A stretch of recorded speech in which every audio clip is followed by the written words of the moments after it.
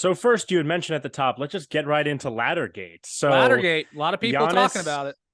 Giannis and the Bucks lose a game, a close game to the Philadelphia 76ers, a game in which Joel Embiid really, really plays well down the stretch at the end. And in that game, Giannis is, quite frankly, horrible from the free throw line. Just straight up, really, really, really bad. Not making shots that, you know, not saying that he should make, but as a guy who he kind of staked his claim in the NBA finals in that game where he went, I think, 19 of 20 from the free throw line or something like that. And in this game, he was 4 of 15 from the line. And Joel Embiid really frustrated him throughout the game. He did a good job defensively. And after the game, as a lot of players do, he went to go, get some shots up, continuing to work on his game. And at the same time, it appeared workers at the Wells Fargo Arena in Philadelphia, where the game was, had brought a giant ladder out to go, I guess, get to the rim and make adjustments, take it down. I wasn't sure exactly what they were doing. And Giannis yells at them and he's like, "Hey, can you move it?" And they're like, "No, we need to work on this rim." And he's like, there's some back and forth. He keeps talking to him. I don't know if there's audio released, but it looked like he was yelling at him. And then he walks over and he just pushes the ladder out of the way, and the ladder like collapses to the ground, and he continues to go shooting free throws. And Montrezl Harrell basically throughout the whole time was like at the other end of the court getting shots up, and he was yelling at Giannis the whole time, and he was talking to Thanasis and telling him like, I'm gonna fight you. So basically the big takeaway is that this is the first real public misstep, I guess, of Giannis's career, something that he's gonna and has received criticism for. Rightfully so. Rightfully Yeah, so. and you know what? As a Giannis defender, I will say, yes, rightfully so. You're Giannis Antetokounmpo. You can find another place in Philadelphia to get shots up if you really think it's necessary. Like, I think that was just a guy who was incredibly frustrated with himself, who let that anger and frustration boil over into doing something stupid, which I don't think Giannis is the kind of person who would do that consistently. I think that was probably like a very particular enraged moment of his, but not a good look, and a good look for you because you hate Giannis. So you love to see this. It's a great look for me, but it's not about me. It's about the poor people of Philadelphia who, guy has to pick up the late shift, collect some extra dough, wants to go home to his family. And you got this, giant man in your way. He moves your ladder. You got to move it back. Like, listen, at the end of the day, the people that are changing over the arena have to answer to somebody. They have a job to do. And Giannis, he doesn't have home court advantage in this situation. I can understand if this is in Milwaukee. Sure. He is a guest. This is how you respect people that have hosted you as a guest. This is what you do.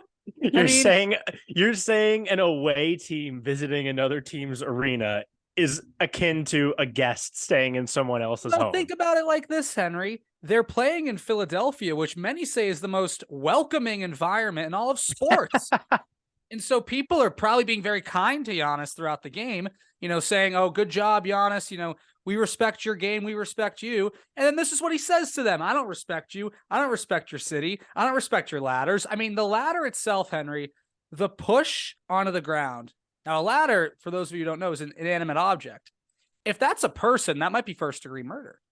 Like, it is truly horrific. And then poor Montrezl Harrell, he's just trying to protect the arena and protect the people. Then you got, freaking, Michael Corleone-ass Thanasis coming out being like, "Hey, he's just trying to shoot," because Giannis can't say it himself. So he sends Thanasis to do his bidding. As he does, asks Thanasis to pick his nose for him. Thanasis goes up there. Montrez is going to fight him and defend his home because he was so welcoming, as the rest of the people of Philadelphia were. And this is how the Antetokounmpos treat being guests in their home. I mean, if the league wanted to say, "You know what, that's it, year suspension, Giannis," I would be in favor of that. I would be behind that, because what I saw, Henry, was horrendous. And no matter what, I don't care. What was he, 4 of 13 from shooting for free throws? 4 of 15 from the line. You could be 4 of 100, but if a guy says, "Excuse me, sir, I got a job to do," you respect that person. And Giannis didn't. And I will say this also, it's kind of funny. I think he has that pregame ritual. Like he has to get X amount of free throws like in a row. He was kind of struggling to get that. He was out there for a little while. So all in Yeah. all, a bad look. And listen, you can say, CJ, you're vindicated. You should feel proud. No, I would hate to get vindicated and to feel this pride and this proud, feeling that I have at the expense of people just trying to do their jobs and get home to their families. I won't accept that. So it's a terrible situation Giannis has put the city of Philadelphia in. The biggest takeaway is just that love letter that you basically elucidated to the people of Philadelphia. I had no idea you had such a special place in your heart for average Philadelphians, where on this podcast, I would say for the last 2 years, you may have issued some opinions that perhaps contradict that, soliloquy to the layman Philadelphia worker. Henry, sometimes disaster has to happen and bring people together. And it's seeing what happened to the city of Philadelphia at the hands of Giannis I have to put my, let bygones be bygones. I'm going to put my past It's opened your eyes to words aside. I'm going to go help a fellow Philadelphia, brother in need. And this poor guy who got his ladder dinged up, You think that's his ladder? Listen, who am I to brought judge? his own personal ladder to Wells Fargo Arena. He could be a lunch pail Wells Fargo worker. First guy and last guy out brings his own ladder. BYOL. You don't know that. Like at the end Quicker of the than day, he is fast. Yeah, quicker than he is fast. He's a cerebral player. Like I just think it was a tough scene for Giannis, and he received backlash as he should have. Now, of course, the dishonest people of Milwaukee defended him, said that, Giannis was vindicated, he did nothing wrong. And I challenge the people of Milwaukee and Bucks fans across Wisconsin, because they're not, there's no Bucks fans anywhere else.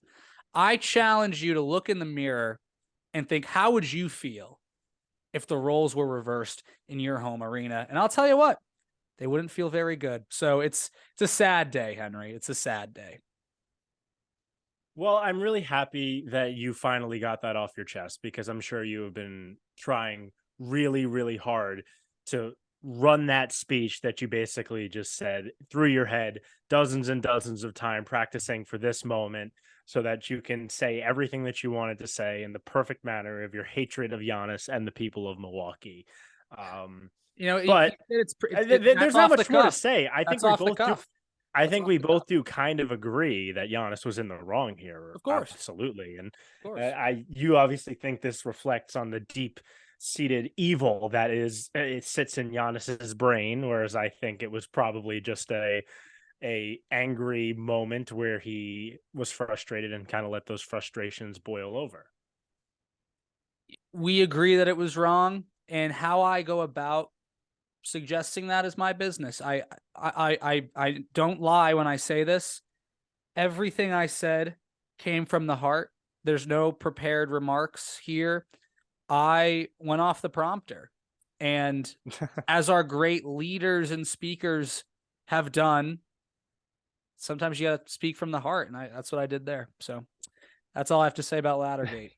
That's what. Okay. Nothing more could possibly. We can't bring the ladder back. So I think we should just end it there.